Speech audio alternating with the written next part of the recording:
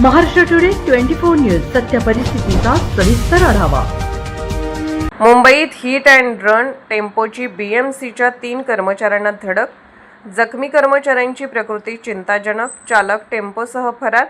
मुंबईत वेगाने धावणाऱ्या वाहनांच्या भीषण अपघाताची मालिका सुरूच आहे। पवई परिसरात शुक्रवारी सकाळी एका भरधाव टेम्पोने मुंबई महानगरपालिकेच्या 3 कामगारांना जोरदार धडक दिली। या घटनेनंतर टेम्पो चालक अपघातग्रस्त कामगारांना वाऱ्यावर सोडून घटनास्थळावरून पसार झाले आहेत।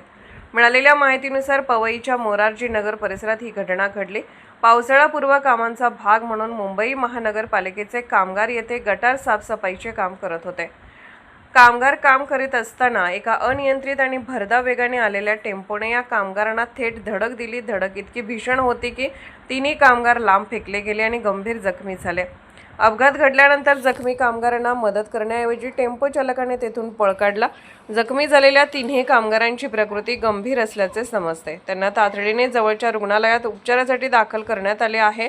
या घटनेमुळे महापालिका कर्मचाऱ्यांमध्ये आणि स्थानिक परिसरात संताप व्यक्त केला जात आहे।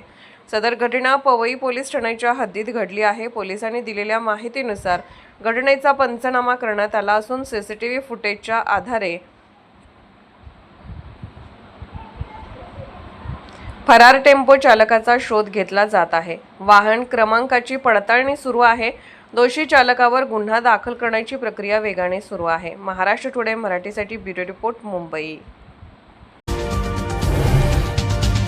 आजच महाराष्ट्र टुडे 24 न्यूजला सबस्क्राईब करा आणि सत्य परिस्थितीचा सविस्तर आढावा पहा।